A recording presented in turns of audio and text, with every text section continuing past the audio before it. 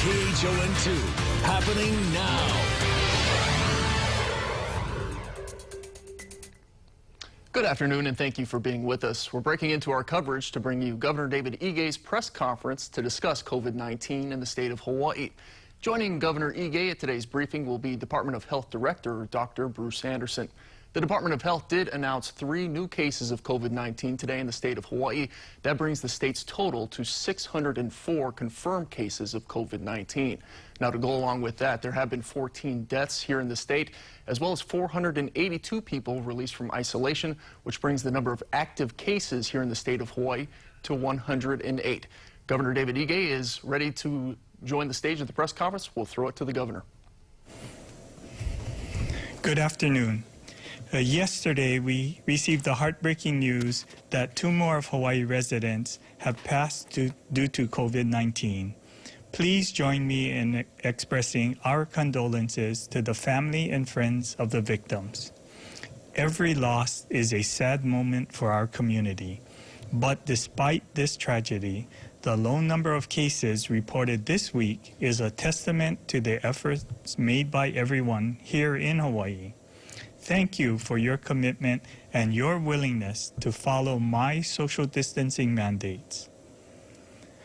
But we are not out of the woods yet. The recent outbreaks experienced on Maui and the Big Island demonstrate the danger of COVID-19 and how quickly it can spread. We still need to remain vigilant. So today, I am announcing my extension of the mandatory 14-day quarantine for all travelers to our state through May 31st. I'm also extending the stay-at-home order through May 31st. These provisions are part of the 6th supplement to my emergency proclamation, which I've signed today. This was not an easy decision. I know that this has been difficult for everyone. Businesses need to reopen. People want to end this self-imposed isolation, and we all want our lives to return to normal. But this virus is serious, especially for those with pre-existing conditions and older adults. Hawaii has been extremely fortunate to not experience the high rate of infection we have seen in other states across the country. Your hard work complying with the stay-at-home order, practicing social distancing, and wearing a face covering when out in the public are all helping us be successful. We are flattening the curve.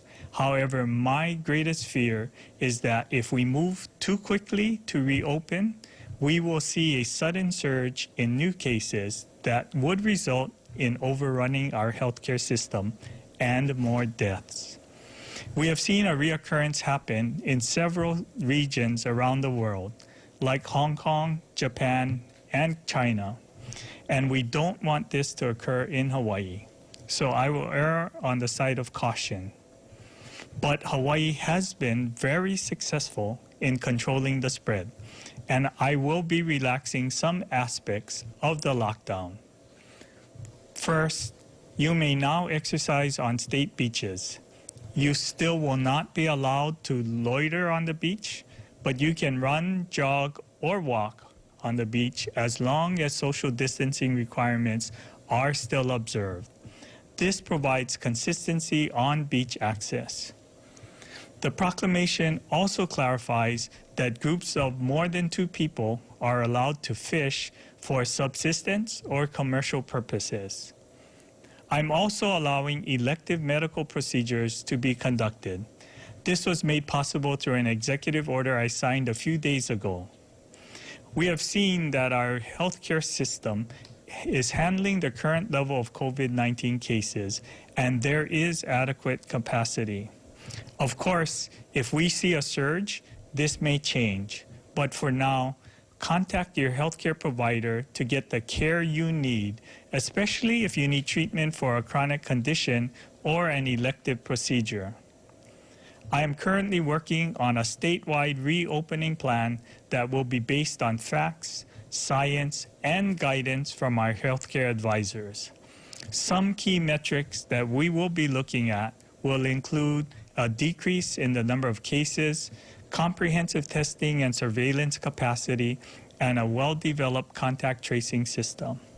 We will be taking a phased approach to reopening, and we hope that more measures will be relaxed before the end of May. This is only the beginning of a long, careful process, and we will be in constant discussions with the counties, the legislature, and community leaders as we develop our plans. One key consideration will be a review of industry best practices to ensure that businesses can accommodate social distancing requirements. Collaboration with the counties will be key, and the proclamation includes language that will help facilitate coordination between state and counties. At the same time, I also recognize that the counties need the flexibility to implement measures that take into consideration the unique needs of their respective communities. This week, we also announced enhanced screening measures at our airports. Since ordering the 14-day quarantine requirement, the number of travelers coming to Hawaii has declined by more than 98%. But we are still seeing about 100 visitors arriving every day. This is why extending the 14-day quarantine is necessary. The FAA has made it clear that we cannot shut down all air traffic, so we will be strengthening our screening efforts to prevent visitors from violating the quarantine. When visitors arrive, they will be temperature screened. They also will be required to provide a phone number of where they will be staying. Screening staff will call the number to verify that the visitor has a reservation. If they do not have a reservation, or if no one answers the phone call, the visitors will not be allowed to leave the airport. We believe that these enhanced measures will help reduce the number of visitors that violate the quarantine order. With us today is Tim Sakahara from the State Department of Transportation to provide more information about the new enhanced screening process. We are also making progress on efforts to help those facing economic hardship due to COVID-19. First, the proclamation extends my moratorium on evictions to the end of May. If anyone feels that they are being treated unfairly, they should contact the Hawaii Office of Consumer Protection's Landlord-Tenant Hotline. For those who have filed for unemployment benefits, please be assured that we are working to process your applications and get you a check as soon as possible. The Department of Labor and Industrial Relations has opened additional claims processing centers to handle the increased number of claims. And for those of you who have existing claims, you should start seeing an extra $600 per week in benefits from the Federal CARES Act. This is in addition to your state benefit. And for additional types of assistance, I encourage people to go to the website for the State Department of Human Services, fill out an online application for financial and SNAP benefits. Many eligibility requirements have been waived, so go through the process to see if you can get help. Also with me today is Dr. Bruce Anderson, who will provide the Department of Health's daily update. As I said before, the numbers look promising, and Hawaii is in much better shape than most of the communities on the mainland. In fact, Hawaii has one of the lowest number of cases per capita in the country. Finally, thank you for your sacrifices you are making. Your hard work has enabled us to begin the process of reopening our community, but we can't let our guard down just yet. Please continue to follow the social distancing mandates.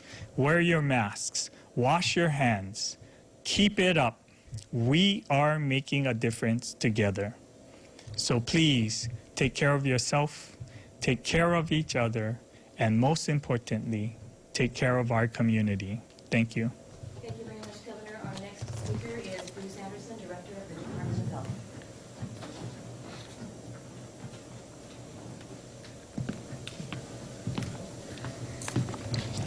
Aloha all.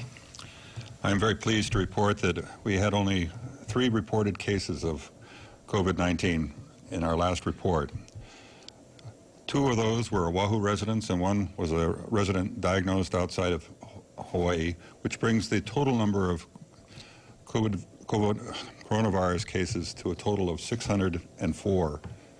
Although it's sad that we've had 14 deaths, it's perhaps somewhat reassuring to know that we do have the lowest number of cases of coronavirus in the country today, and certainly the lowest death rate, which is some consolation. But the 2 clusters the governor spoke about are continuing to be investigated.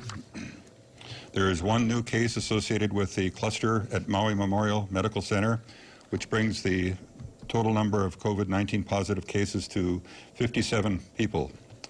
37 are staff members and 20 are patients. Department of Health is closely monitoring this situation, but all those who are identified as cases and close contacts are in isolation or quarantine.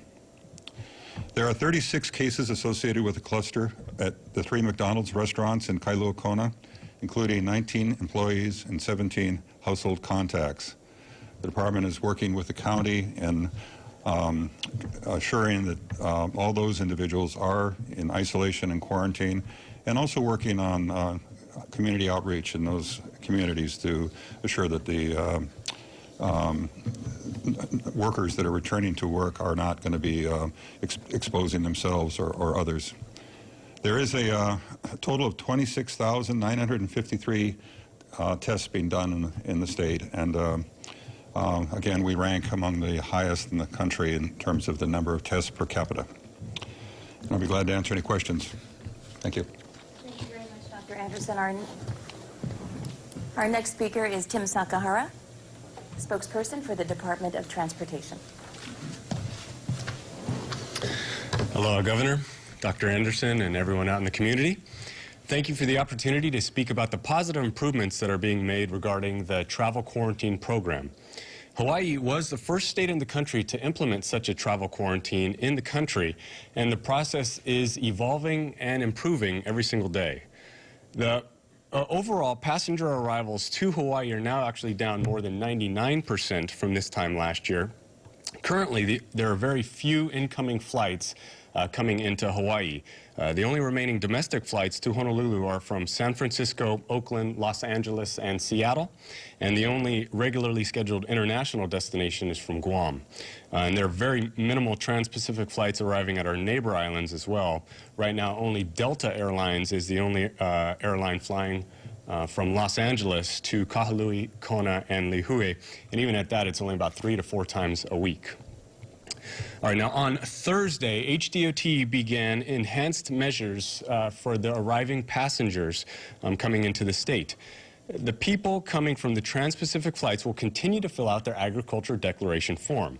And upon landing, they will have their temperature taken by members of the Hawaii National Guard. Now, those found to have a high temperature will be set aside and will have an additional screening by paramedics who are stationed at the airport. Now, those passengers who do not have a fever will continue through the process. The person will initial and sign a mandatory order confirming that they are aware of the quarantine for the 14 days. By signing the legal document, they acknowledge they understand that violating the order is a criminal offense and is subject to a $5,000 fine and/or a year imprisonment. Now, then an airport representative will call the mobile number of the passenger that they put on their form to ensure that it rings right in front of them. If it does not ring, the person may have listed inaccurate information and is asked to verify the number. If the person refuses to provide a number that can be answered right there on the spot, they will be handed over to law enforcement authorities and will be subject to citation and/or arrest. Now, once the phone number is verified, then an airport representative will then check the address listed for lodging. For residents, the address should match their government ID.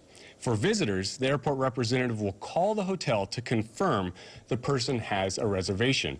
And all the phones that the airport representatives are using already have all the hotel numbers in the contacts.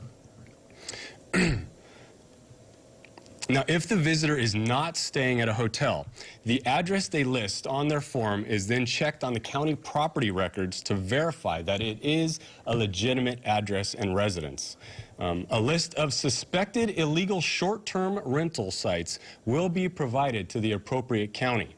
Now, this should be a warning to all vacation rentals in the state to stop accepting visitor reservations, because the government will have the address and they will be subject to enforcement if they are operating illegally. Now, once all the information is confirmed and the order is signed, the person will then be allowed to leave the airport.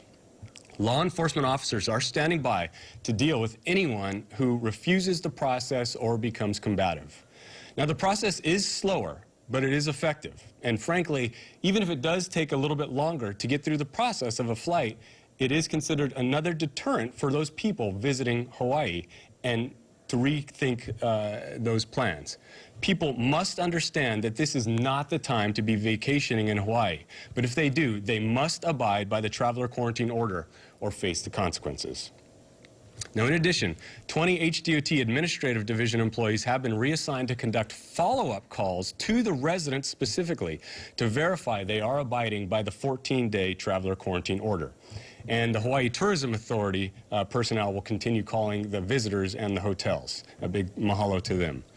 HDOT employees are also working with the Department of Labor and Industrial Relations to help with the unemployment claims over at the Convention Center. Now, HDOT employees are going above and beyond their normal duties and are working to help keep the community safe during this extraordinary time, and we thank them all. Mahalo. Thank you very much, Tim. It's time now for our question and answer period. We will start off with a question from Ashley Mizuo. Governor, this is for you. It seems as though the counties are beginning to implement their own policies that aren't in line with what the state wants. Not enforcing beach closures, buying its own tests, starting to reopen. Are you concerned about the lack of cohesion, and how can this be addressed? Certainly, and one of the provisions in my sixth supplemental proclamation does require coordination and collaboration with the counties, and that's one of the reasons we had put in that provision in the most recent supplemental emergency proclamation. Okay, Governor, another question for you. This is from Daryl Huff, HNN. We are hearing that you've reversed a decision to let flower shops deliver on Mother's Day. Why? I think that permission was granted prematurely, and so I was not aware that that it was actually granted, and the person authorizing it did not have the authority. Governor, this is from Rob Shekina, Star Advertiser. Can you provide more specifics on the metrics required before the state stay-at-home order can be lifted? For example, how much of a decrease in new cases, how much contact tracing must be done, and other specifics? You know, certainly we will be announcing a more comprehensive plan in the days to come, and so stay tuned. That information will be out shortly. Thank you, Governor. Our next question is for Tim Sakahara. This is from TJ Horgan, KITV4. If visitors booked an illegal short-term rental, will they be allowed to stay there and quarantine? Well, so the verification process at the airport will include confirming that the address that the person lists on the form is an actual residence. We know that some visitors don't always stay in a hotel. They may be staying with a friend or an acquaintance on there. So that may not be able to be identified right at the time of the airport before they're allowed to leave. But all those addresses will be provided to all the counties for their permitting and government operations and offices to verify the address itself. And if it is found to be a vacation rental, whether permitted or not, because all of them are actually illegal right now because they're not supposed to be accepting visitor reservations because it's been deemed non-essential. So then the counties would be enforcing that aspect. And just in hearing from all the mayors, they are all taking this very serious and are all looking to crack down on the vacation rentals that are continuing to accept visitors at this time. Okay, Tim, you may want to stay there. This is also directed to you, Governor. This is from Ashley Mizuo, HPR. What is your opinion on the ideas from the Senate hearing, like putting ankle monitors on visitors or putting visitors on barges or military bases for quarantine? I may defer to the governor on that one. Yes, it's.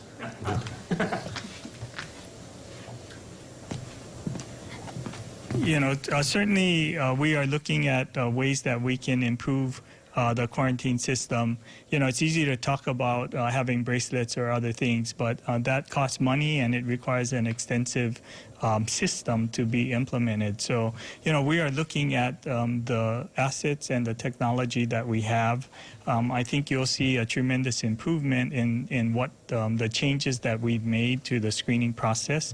And I just would want to remind everyone that the overwhelming majority of COVID-19 cases are really coming from residents who have traveled to the mainland or traveled internationally to areas that have had COVID-19 and returned to the islands. The number of cases that are caused by visitors is limited. Governor, we have a follow-up for you from Daryl Huff, HNN. What's wrong with people delivering flowers? They're already delivering food. You know, certainly we're looking at that.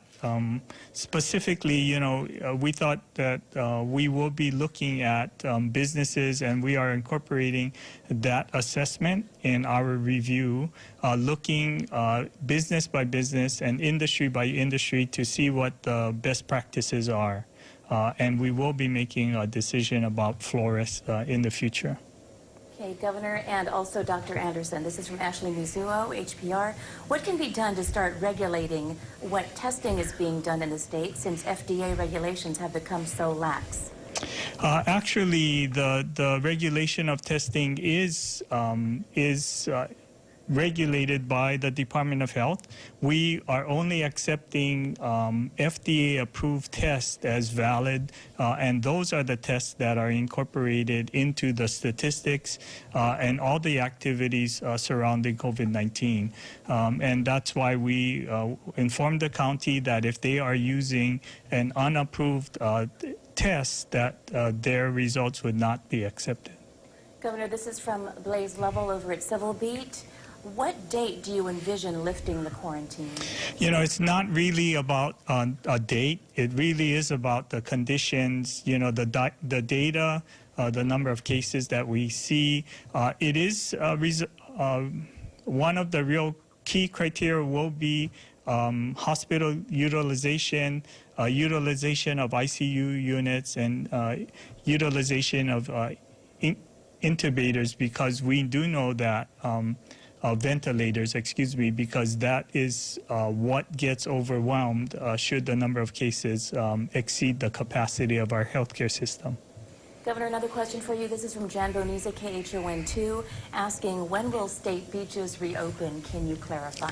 Well, we did I just signed the proclamation, so certainly being able to run and exercise on the beaches is effective as of 15 minutes ago. So certainly for those of you who would like to go to the beach to exercise, please do so. Thank you very much, Governor. Our next question is for Dr. Anderson. This is from Wendy Osher with Maui Now. Can you please explain why Maui County's total positive COVID-19 count dropped by 1 case since yesterday from 113 to 112? Was it a miscount or a redesignation?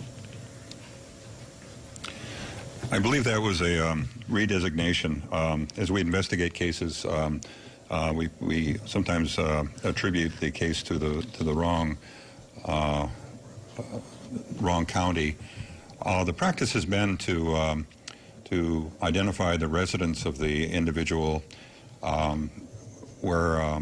by county, and often is the case a case is identified when the individual's not in their residence in another county, for example, in a hospital on Oahu. And it's very possible that was the situation. Certainly the numbers are being adjusted regularly as we look at getting more information on travel histories, on whether they were hospitalized and so forth. So you can expect some changes to the numbers over time. We of course, are always trying to correct things if we find them to be inaccurate, and I suspect that's the reason that number was changed. Okay, Dr. Anderson, another question for you. This is from Ashley Mizuo, HPR. In a perfect world, how would you envision testing being done statewide? The private testing being done is rather sporadic and doesn't do much to inform people about spread the way that a more strategic approach would, such as the sentinel surveillance testing. What would that ideal strategy be? Thank you for the question. We are certainly looking to expand and strengthen the Sentinel testing program. It was based on what we do for influenza. We rely on private providers to sample individuals who have flu-like illness, and through that means, so we have over the last 10 years gotten a really good handle on what's happening with the flu. So we're looking at expanding that program, adding different additional private providers, and also the community health centers, which haven't so far been involved. That should expand our reach and be able to give us a much better pulse on what's happening out there. This is a random screening program, one that will be sampling people from all areas of the county. The drive-through testing is helpful perhaps in some ways, but it doesn't give you a good sense of what's happening statewide. It is an intense sample of mostly worried well in a small area. But getting that Sentinel surveillance program is one of the cornerstones to opening our state up so that we can understand better how the virus is being transmitted in our state. That, along with contact testing, is fundamental to opening up our state. Thank you very much, Dr. Anderson. Our next question is for Governor. This is from TJ Horgan, KITV4. Will there be any increased verification measures to track visitors after they leave the airport? South Korea is using GPS wristbands. Are you considering that?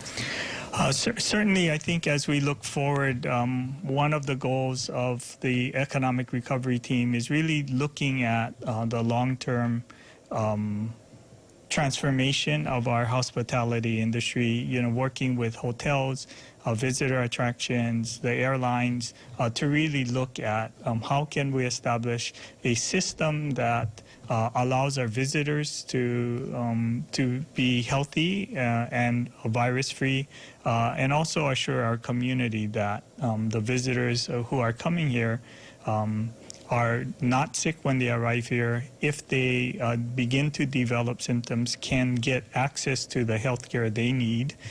If they turn out to be infected with the virus, that there can be accommodations to isolate and quarantine them. Okay. Thank you very much, Governor. Our next question is for Dr. Anderson. This is from Kehao Serzio over at Maui News. On Monday, you said it appears the Maui Memorial Medical Center's coronavirus cluster is contained and controlled, but numbers continue to increase. When do you anticipate we will no longer see cases related to this cluster? And is this cluster of high concern when it comes to Maui's reopening? Mm-hmm. Well, we're seeing secondary infections and other problems even now. People who we did not know were associated with the cluster or didn't identify with the cluster are now we're finding may have had some association with this. So these cases are essentially always open, and we're always looking at new evidence, new information, and in this case, that's happening. Obviously, the hospital has gone to great lengths to try to prevent infection, but we're also monitoring the staff, the activities at the hospital to be sure that we're not seeing any continuing infections associated with exposure there. Okay, Dr. Anderson, one more question for you. This is from Rob Shekina, Star Advertiser. Can you talk about your concerns with Everlywell, the company Honolulu was looking at for testing? Well, we've had a chance to talk to officials at Everlywell, as well as state officials in California, where Everlywell is located. Everlywell is a middleman. They basically transfer swab samples to other laboratories around California. Everlywell did not have a emergency use authorization, and as such, we were concerned initially, and we're having difficulty even now finding out where they actually send their samples. They promised a 2 or 3 day turnaround. but that's only after the sample is received. So we're looking at a 4 or 5 day turnaround. But most important in our investigations is that we get clear information from a laboratory on a positive case, so we can follow up quickly on who the cases are, their contacts, and so forth. And they have a history in California of not telling the health authorities there about positive cases. At one point, they simply refused to send the results to them. In another case, they sent spreadsheets that were confused with other cases in other counties, and we have some concerns with that. I'm looking forward to have a chance to talk with the mayor on the matter. Certainly that we applaud the counties in supporting the community health centers and helping them deal with this issue. So kudos to them. I do think there needs to be some more careful scrutiny of this particular laboratory, and the fact is we have capacity here in the state of Hawaii now. That wasn't the case several weeks ago, perhaps when the discussions were going on. Our labs here can handle up to 3,000 samples a day, which is adequate in my mind to support the community health centers as well as all the other private laboratory testing. And certainly we would like to see those laboratories supported, and we know for sure that we're getting timely and accurate results from those laboratories.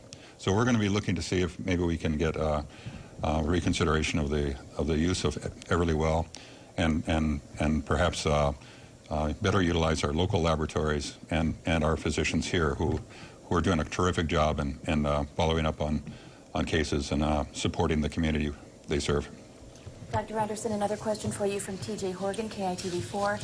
How concerned are you about a COVID-19 resurgence this fall? In other jurisdictions where we've had large peaks and where we had some history, including in other countries, we've typically seen a second wave and even sometimes a third wave come through. After you have an outbreak, you do have people who are still vulnerable to the disease. Immunity is conferred to those who are infected, but a large portion of the population is not. And what happens often in those areas is that your guards let down, you open things up prematurely, and then you start seeing the disease recur in the community. And that's happening now in Japan. It's happening in lots of other places in the world. We want to guard against that as much as we can. We do expect to see some resurgence of COVID-19 when we open up the state, but hopefully then we'll be able to deal with it and manage it well. That's the objective of all of us, is to be able to be sure that our healthcare system can manage cases if and when they occur, and that we minimize the amount of illness and injury associated with COVID-19. Dr. Anderson and possibly Governor, this is from Ashley Mizuo asking for clarification. Do you mean that the only tests allowed to be used in the state are tests with FDA emergency use authorization, as no tests have been officially approved by the FDA? And I was told earlier that the DOH doesn't have legal standing to tell doctors and counties what tests they can use if the tests are allowed to be distributed by the FDA. Many of those do not have FDA approval or emergency use authorization. I'll take a stab at that, and the governor can certainly correct me if I'm wrong. But all laboratories would have to have emergency use authorization in order to perform the COVID-19 tests. The State Health Department does certify laboratories. We inspect the laboratories to be sure that they meet the CLIA, the certification standards. But beyond that, if a laboratory is using a FDA approved method, and that's only allowed now under the emergency use authorization, then they can perform those tests, but only those tests are authorized by FDA. There are dozens of tests now being promoted. Lots of fly-by-night companies are coming up with the new methods that are not FDA approved, and there's no legal authority to stop physicians from using those tests. But certainly, we would not advise that they be used. And all the laboratories here in Hawaii are using the FDA-approved methods. Thank you very much, Dr. Anderson. Our next question is for Governor. This is from Daryl Huff, HNN. What exactly does your collaboration process require a county to do if it wants to customize rules for its county? Is your approval required? And what about existing policies that are contradictory? Certainly, it does not apply retroactively, so all of the existing orders and proclamation and rules that the counties have put in place still continue to exist. We thought it would be very disruptive to affect anything that the counties have implemented to date. The new supplemental proclamation does require that they provide us copies of different rules or different activities that they would want to put in place, and it does require my approval. Governor, another question for you. This is from Blaze Lovell over at Civil Beat. When will you lift the suspension of the Uniform Information Practices Act? There are a few provisions in this supplemental emergency proclamation that applies to the Uniform Information Practices Act. And yes, we have provided more specific guidance. Clearly, boards and commissions need to allow for public scrutiny and public access to proceedings. So it does clarify and narrow the scope of the exemptions provided earlier, recognizing that it's allowing for technology, but assuring that just as the original UIPA provisions, we do want to ensure that the public has access to decision making, that the technology is used to facilitate that, but the underlying principles of the original act are implemented. Governor, from Ashley Mizuo, HPR. Do you think restricting tourism is worth the economic toll when the Department of Health has said tourists make up a very small population of those infected? You know, certainly, and the order applies to all travel. So we are focused on anyone entering the state, whether it be a resident returning or a visitor. And as we've said, that most of the cases come from residents who have traveled. So travel is a key, and the 14-day mandatory quarantine is in place for all travelers who enter the state or who travel inter-island. And I think that that was the focus of the quarantine. That was the focus of stopping introduction of virus infections into our community. Governor, this is from Daryl again, HNN. Was the decision to impose more state control over counties made because of the disagreement between Mayor Caldwell and the State Health Department over the county testing program? No, it wasn't. Okay. Governor, no, next one is for Dr. Anderson. This is from Wendy Osher, Maui Now. Are the COVID-19 cases at Maui Memorial placed in negative pressure rooms or regular rooms? Are droplet procedures effective as an alternative for negative pressure rooms when supply of those types of rooms is limited? All COVID positive cases which are hospitalized would be in isolation in a negative pressure room, and with lots of other safeguards in place to assure that there wasn't disease transmitted through the hospital. Those assurances are made, and we do inspect the facilities to be sure that they're in place, and Maui has those in place now. Okay. Yep. Thank you very much. This would be for Governor or Dr. Anderson, actually, from Jen Boniza at KHON2. How many tests not approved by the FDA have been done in the state? If they were positive, were they not counted?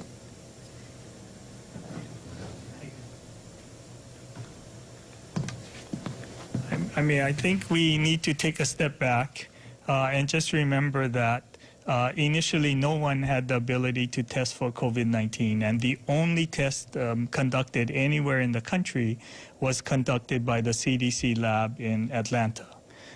Certainly that was not adequate for fighting the COVID-19 pandemic. And so CDC certified first state laboratories all across the country, and the State Department of Health lab up in Pearl City was one of the very first public health labs that were certified to be able to conduct the COVID-19 test. And so the CDC does require that testing at approved lab facilities get reported to them, and they accumulate the information from all of the labs, public and private, and that's what they're reporting out.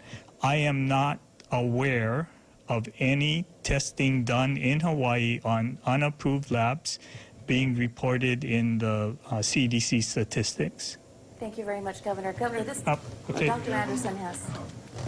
Go ahead.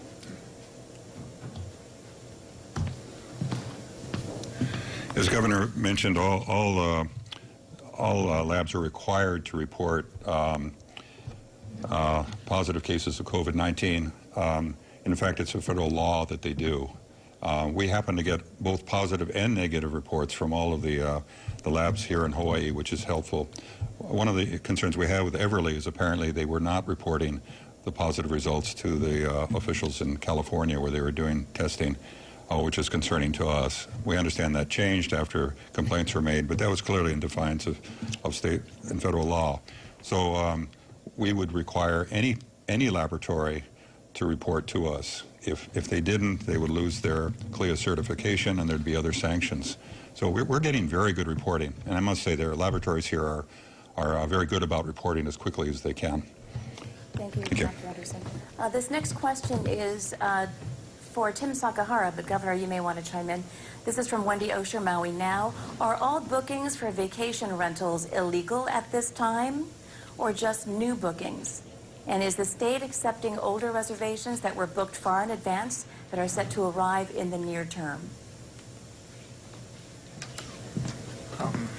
You know, clearly vacation rentals are not approved as essential businesses by any definition. And so clearly all vacation rentals all across the state today are illegal activities, even those that may be permitted.